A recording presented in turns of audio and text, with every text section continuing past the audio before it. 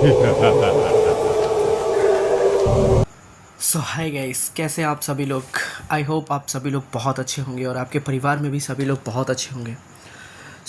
आज के एक नए टॉपिक के साथ में आप लोगों के बीच में दोबारा से मैं उपस्थित हुआ हूँ और एक मुझे लगता है कि आप लोगों के लिए बहुत ही ज़बरदस्त आज की ये स्टोरी होने वाली है, क्योंकि ये स्टोरी मैं रात में करीब 3 बजे बना रहा हूँ। और इस स्टोरी को इस टाइम बनाते हुए मुझे सच में मैं आपको बता नहीं सकता कि जो मेरी हालत अभी है, सारे पिक्चर सारे इमेजेस कलेक्ट करके। बट फिर भी मुझे लगता है कि आप लोगों को बहुत ज़्यादा मज़ा आने वाला है। आगे कंटिन्यू करते हैं, ज़्यादा टाइम ना लेते हुए। जैसा कि हम अपने आज की स्टोरी पे आते हैं और यहाँ पे आप देख रहे होंगे काउंटडाउन शुरू हो चुका है। आज की ये स्टोरी ऐसी है।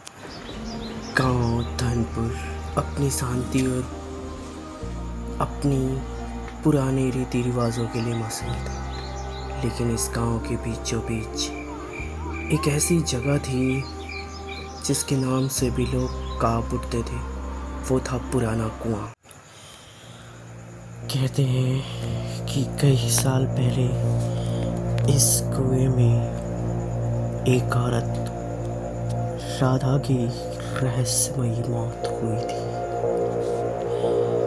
वो गांव की सबसे खूबसूरत और मासूम लड़की थी। उसकी शादी होने वाली थी, लेकिन शादी की रात अचानक वो गायब हो गई।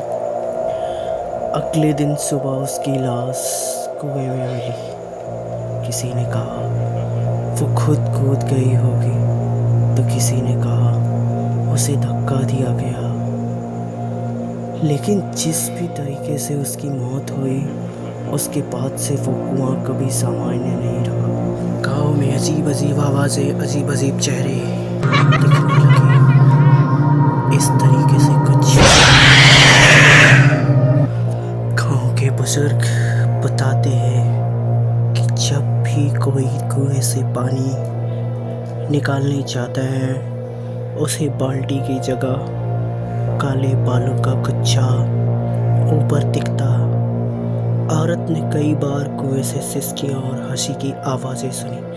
धीरे धीरे गांव के लोगों ने वहां जाना ही बंद कर दिया। इतनी डरावनी जगह। सालों बाद गांव में अमित और 3 दोस्त, राहुल, शारफ, वो सब शहर से थे और इन कहानियों पर हंसते थे। गांव के लोगों ने उन्हें चेताया, बेटा रात को उस कुएं के पास मत जाना, वरना आत्मा तुम्हें भी खींच ले जाएगी। लेकिन दोस्तों ने इसे अंधविश्वास समझा और तय किया कि वो रात में जाकर खुद देखेंगे उस कुएं को। आधी रात को सबने टॉर्च उठाई और कुएं की ओर बढ़े।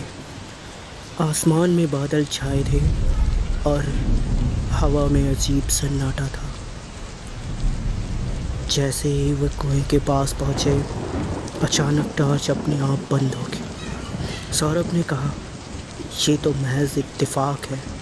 लेकिन तभी कुएं से धीमी धीमी चूड़ियों की खनक और पायल की आवाज़ आने लगी। पर अमित हंसते हुए बोला, इतनी आसानी से डर गए?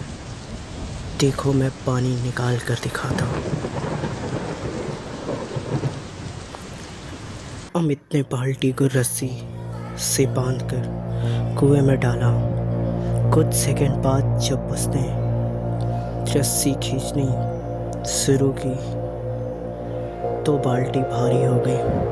लगता है पानी भर गया, अमित हंसते हुए बोला। लेकिन बाल्टी जैसे ही ऊपर आई, उसमें पानी नहीं था। उसमें से एक सड़ा हुआ हाथ बाहर लटक रहा था, जिस पर कीड़े रेंग रहे थे। अमित चीख उठा और रस्सी छोड़ दी। बाल्टी कुएं में गिर गई, लेकिन हाथ अभी भी अमित की कलाई में। अचानक कुएं से एक सफ़ेद साड़ी पहनी हुई औरत बाहर निकलने लगी। उसका चेहरा आधा जला हुआ था और आंखें खून से भरी हुई थी। उसके लंबे काले बाल जमीन पर खिसक रहे थे और वो औरत राधा की आत्मा थी। मुझे यहाँ क्यों बुलाया, अब तुम भी यहीं रहोगे। अमित को कुएं की गहराई खींच लिया। सौरभ अपने पीछे मुड़कर देखा तो पाया कि कुआं खून से भरा हुआ था और अमित का चेहरा उसमें डूब गया था। कहते हैं कि उस रात के बाद केवल राहुल और सौरभ गाँव लौट पाए, लेकिन वो दोनों मानसिक रूप से इतने डरे कि कभी सामान्य जीवन नहीं जी पाए। गाँव वाले कहते हैं रात को अगर कोई उस कुएं के पास जाता है तो बाल्टी से पानी नहीं बल्कि खून और चीखें सुनाई देती है। कुछ लोगों के चेहरे भी ऐसे दिखाई देते हैं, और अगर तुमने हिम्मत करके वहाँ झाँका वो तो बहुत मस्त।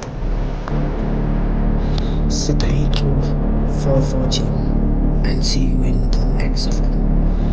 Please forget subscribe. Otherwise